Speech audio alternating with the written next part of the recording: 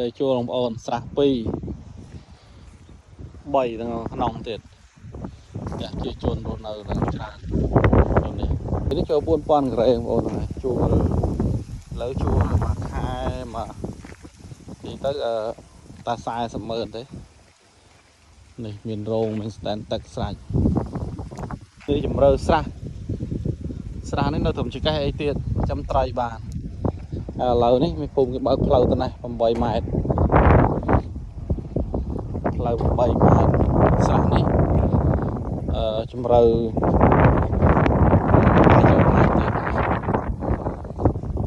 ដីមកលបងមហុំលបងហ្នឹងធំដែរបងប្អូនហ្នឹងហើយដី 4000 ក្រែជាងទឹកនៅនេះបុកថ្លាឆ្វាំងបងប្អូនឥឡូវមានផ្ទះជួយជន់រស់នៅក្បែរនេះទៀតនេះស្អាតហ្នឹងបងប្អូនហើយខាងភូមិតំណាំងទឹកខាងភូមិកដាសុខសាប់កងរោងនេះជួយចូលនៅបានស្តែនទឹកនេះ 5000 លីត្រហ្នឹងបងប្អូនហ្នឹងហើយខ្ញុំដាក់ Telegram ក្នុងក្រោមបងប្អូនចាំតាក់ទងមក